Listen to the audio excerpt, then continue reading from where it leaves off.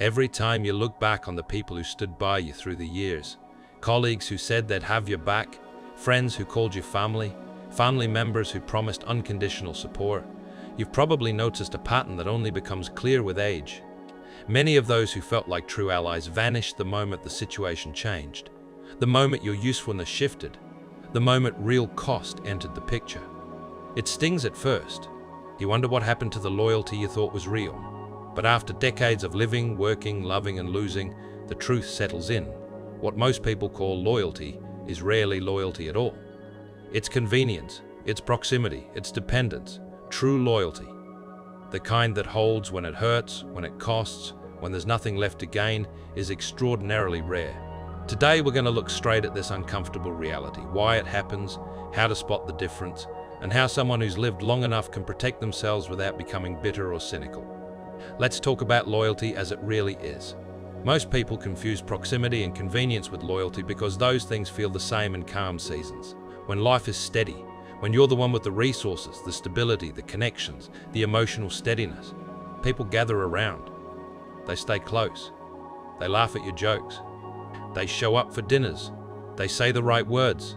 It feels like loyalty because the behavior matches what loyalty would look like.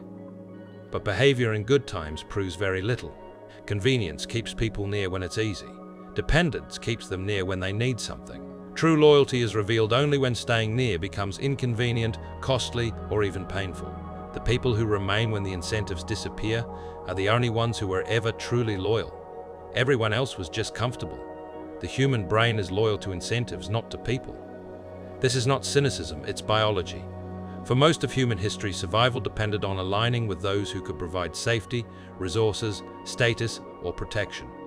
Our nervous system is wired to prioritize advantage over sentiment. Attachment forms around utility. When utility fades, attachment fades. We don't like admitting this because it feels cold, but it's how we stayed alive for millennia. The modern world dresses it up in nicer language: friendship, family, team. But underneath, the same machinery operates. People stay loyal as long as the relationship provides net benefit, emotional security, social standing, practical help, identity reinforcement. When that equation shifts, so does the behavior. Understanding this removes the shock when someone you trusted walks away. It wasn't personal, it was survival math. Loyalty feels real until it's tested because calm periods hide conditional allegiance. In peaceful times, there's no pressure to choose between self-interest and commitment. No one has to sacrifice. No one has to risk. The relationship coasts on mutual comfort.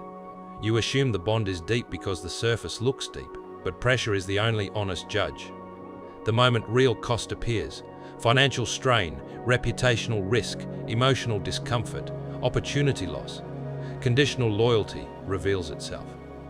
People who seem devoted suddenly become unavailable. They rationalize distance, they disappear. The test doesn't create disloyalty, it uncovers what was always there. Experience teaches us that the truest measure of any bond is how it behaves when the stakes rise. Shared history creates one of the strongest illusions of loyalty. Time spent together, years of memories, inside jokes, crises survived, milestones celebrated, feels like evidence of unbreakable commitment. We tell ourselves, we'd been through too much for them to walk away. But history alone doesn't create loyalty, it creates familiarity. Familiarity breeds comfort, not obligation. People can treasure the past while discarding the present. They can value the memories without valuing the person in front of them today.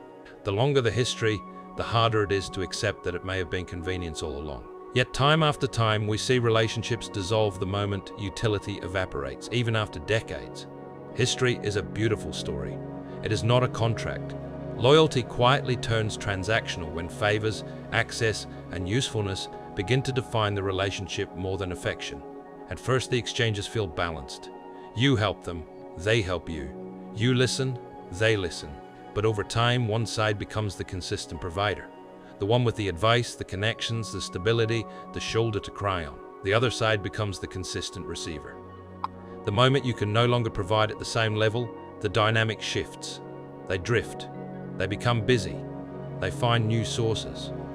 The relationship was never about mutual devotion. It was about what you supplied. When the supply line weakens, so does the connection. This shift is rarely dramatic. It's slow, polite, almost invisible, until you look back and see how conditional it always was. The power shift that breaks loyalty happens whenever your value changes, whether upward or downward. When your value rises, new success, new status, new independence, some people feel threatened. Your growth reminds them of their stagnation. They withdraw, compete, or subtly undermine.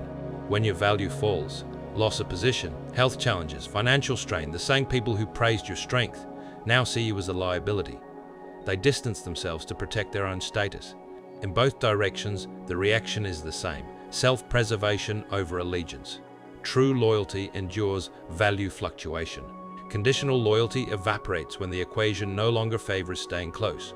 People stay loyal while you're useful because utility creates the strongest bond in most relationships.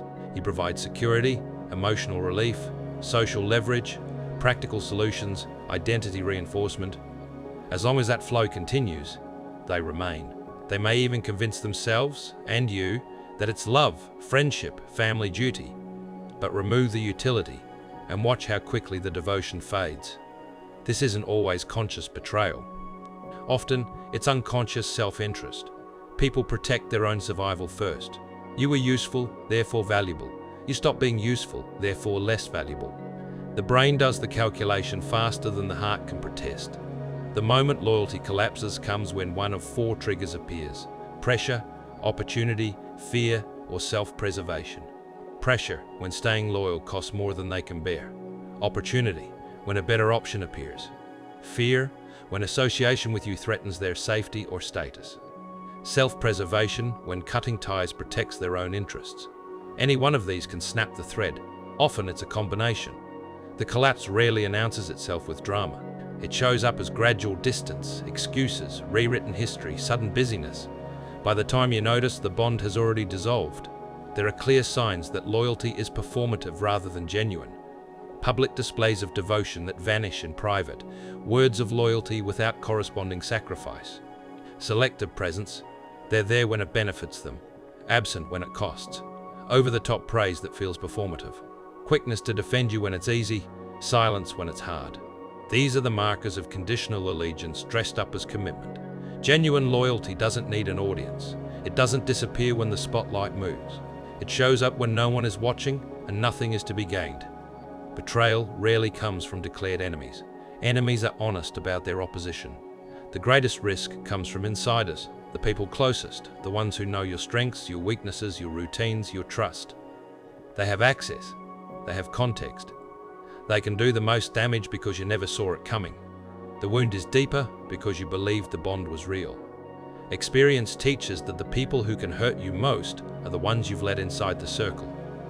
The mistake many make is rewarding loyalty too early.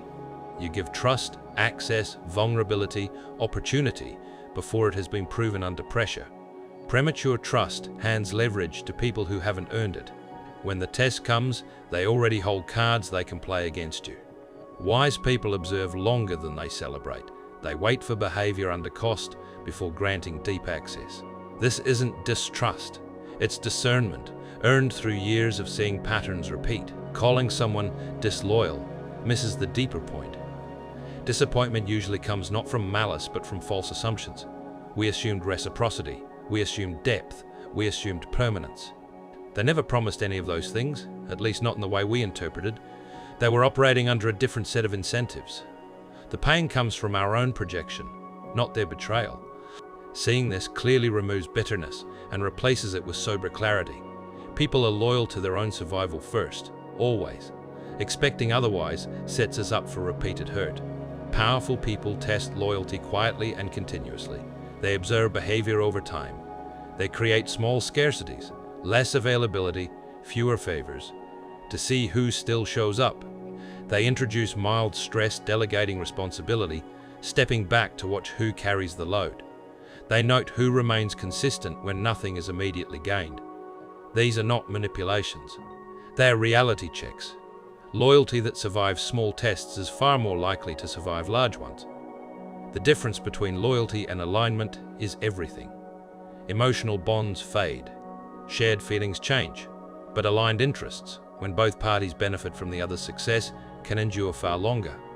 Alignment doesn't require warm feelings, it requires mutual advantage. Loyalty under alignment feels like loyalty but survives because the incentives remain. When incentives diverge, alignment ends. True loyalty transcends diverging incentives.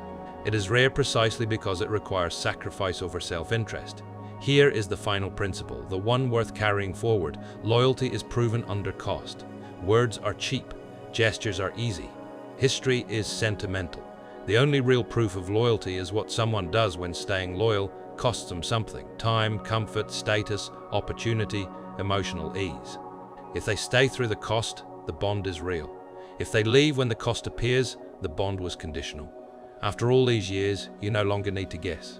You only need to watch behavior under pressure. Protect yourself by expecting little and observing much. The people who remain when it hurts are the only ones who are ever truly loyal. Cherish them. The rest were simply passing through.